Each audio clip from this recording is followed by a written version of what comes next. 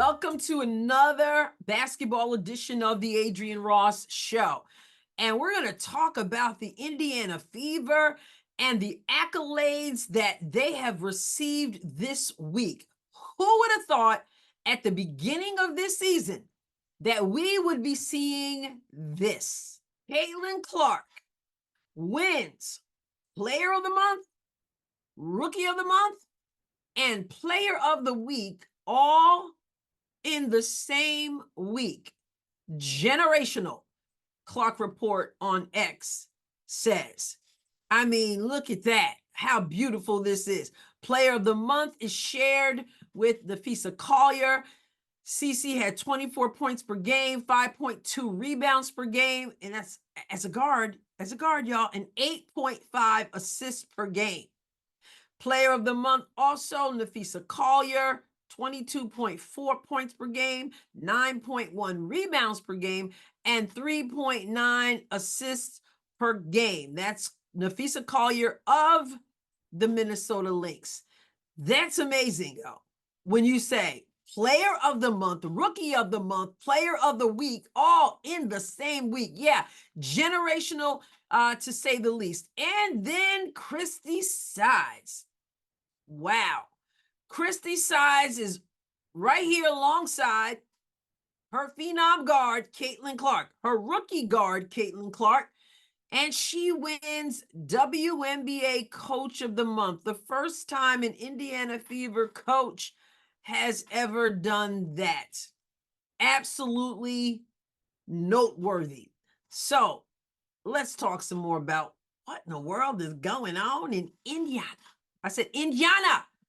The beginning of this season, like many of you who watched the Indiana Fever, I thought, oh my goodness, what kind of mess did they bring Caitlin Clark into?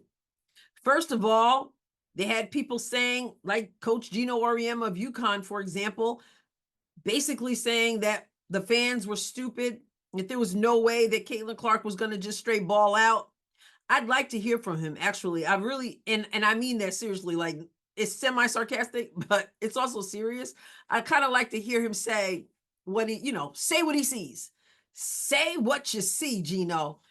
And what made the difference? Because again, he called the fans stupid. He talked about people, if they talked about her being in an MVP conversation, that they didn't know the game. They obviously didn't know anything at all. And when I watched the beginning of the season, I'm thinking Caitlin Clark does not have the pieces around her. And I was trying to figure out what was going on with Aaliyah Boston because I didn't watch last year. So I didn't know anything about the Rookie of the Year stuff other than that she was Rookie of the Year. And I was trying to figure out, how was this player Rookie of the Year? Everything just seemed like, oh my goodness. And then Christy Sides, #fire Christy Sides. There's a lot to be concerned about. And I think they started 1-8. Is that right? And I would watch them play and I would just be like, oh my goodness, I'm starting to itch. Like it looks so bad that I'm just like, oh my goodness. It looks so bad. And all they did was continue to work and continue to get better. However, they also have this accolade. They have clinched a spot in the playoffs. First time since 2016, they clinched the spot. And when they came into this season, Christy Side said, the team said that their goal, gotta set goals, their goal was to make the playoffs. Hadn't been done in 8 years. We want to get it done. I'm like, oh yeah, as a Caitlin Clark fan, I'm thinking, yo, skip the playoffs. Let's talk about the finals. And then they played. I was like, oh my goodness. And then you heard Christy Sides kind of back up a little bit. And she was just like, yeah, our goal was the playoffs. Now our goal is to go game by game. But they got better. First of all, we cannot forget the fact that they were given a horrible schedule. The toughest teams, the most games. It was not a remedy for success. Then you had Diana Taurasi, who put out the dog whistle. And so everybody now wanted to make sure that Caitlin Clark didn't go off because there are levels to this thing. She was going to be playing against some grown women. And there's the call to arms for people to pick her up full court, blitz, double team, triple team, all this stuff. I've talked about it before. I don't understand how anybody has a rookie come in and you don't even wait to see what she can do. You just decide you just going to do all that. She's had a lot on her plate, not to mention the physicality, to use the word that the WNBA loves to use, which in many cases means bully ball. Not to mention that, but I just mentioned it.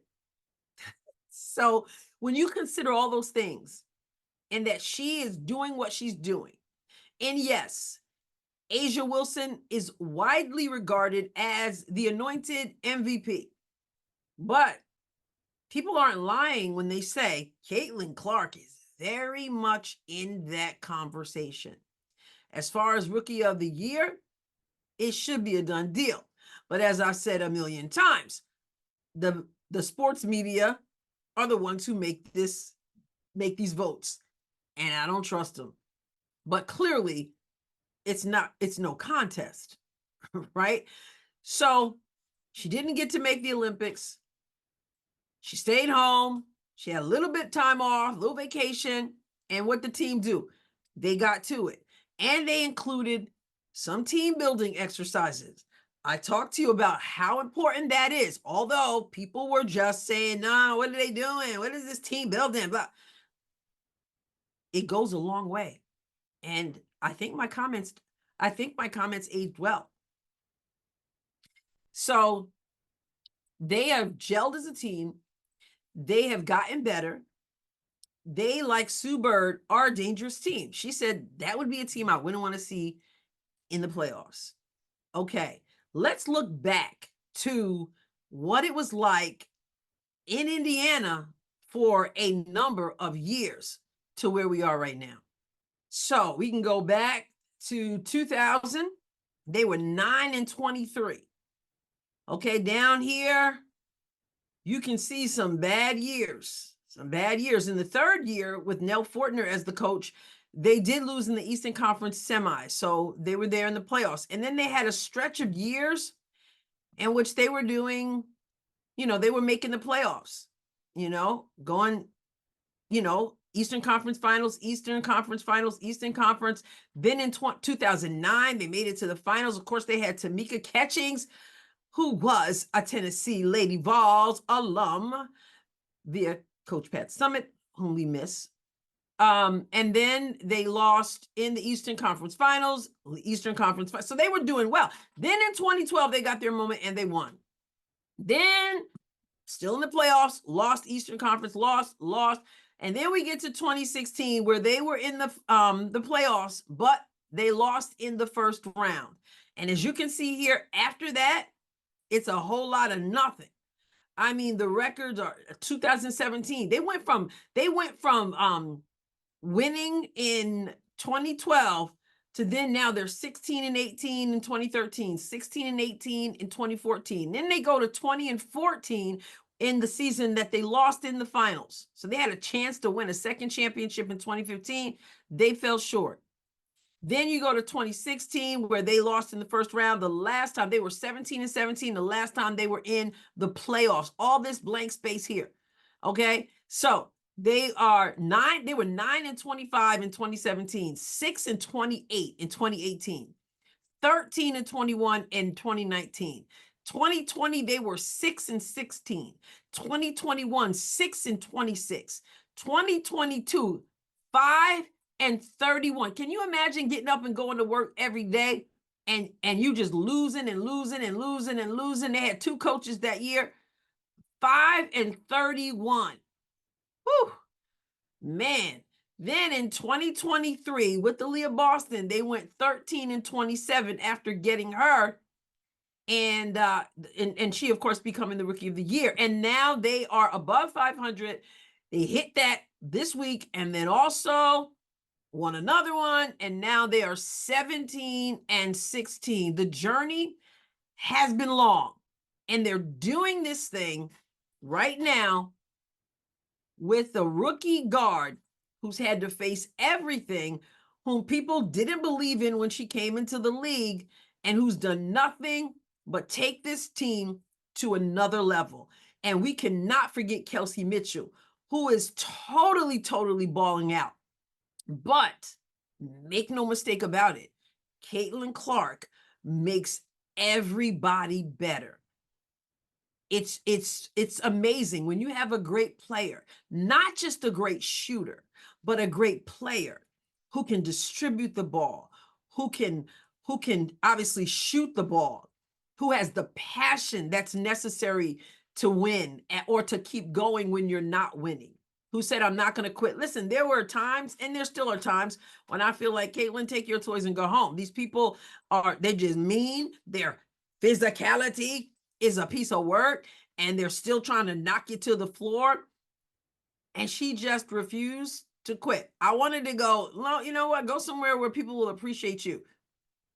But there are a lot of people in the league who do appreciate Caitlin Clark as she appreciates them. Caitlin Clark did not come into the league thinking that she was going to take over. She said, I felt like I was ready to go to the next level. And she has proven that you can't count her out.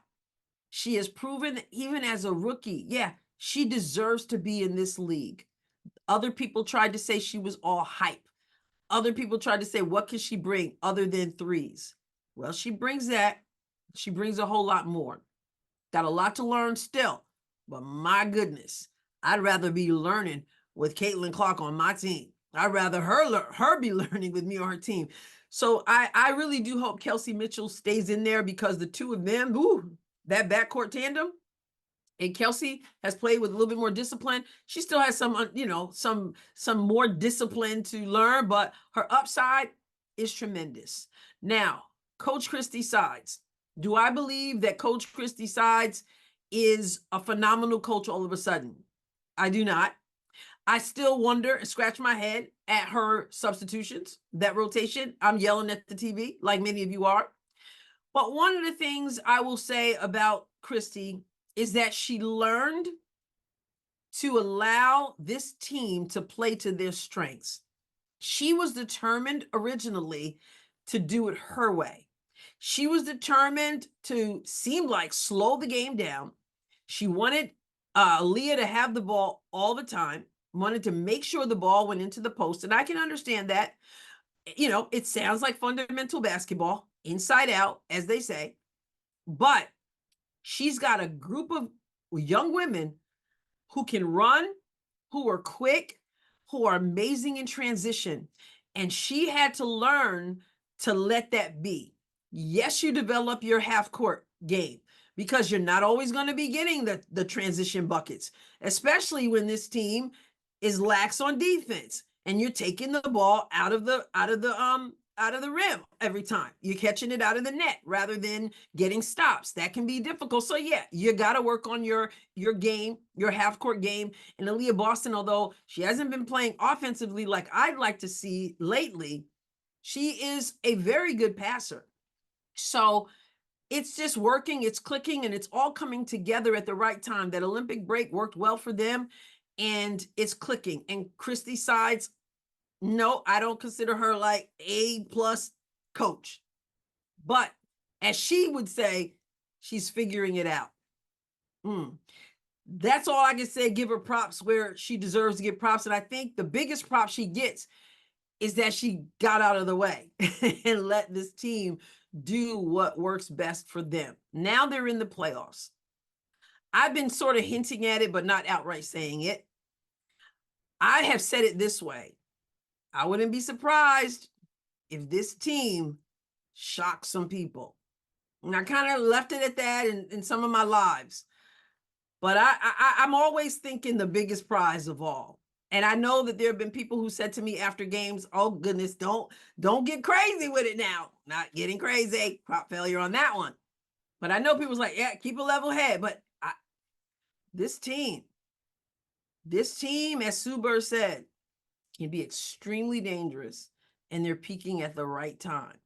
And so I wouldn't be surprised in a series, this team, you know what I'm saying? Could it be possible that they could win it all? Again, I don't want to get too far ahead. One game at a time. and the regular season is still going on. And then playoffs are game by game by game.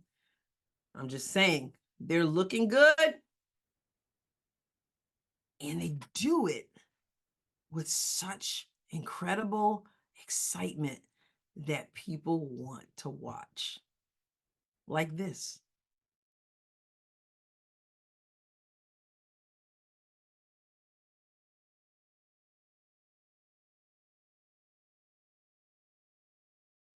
So I'm here for the ride. All right, I will not be going live tonight because it's Wednesday night and I lead a life group at church on Wednesday night. So I got to do the thing I do. That means I got to stay off social media, stay off my phone, stay off my computer so that I don't find out what the results are. They'll be playing the Sparks. And so I won't get to see it. They play at the same time. They start at the same time I start church. I'll get home, chill out, and then when I get an opportunity, I'll watch the game without finding out what happened. And so you guys enjoy, and God willing, I will catch you next time. God bless you abundantly.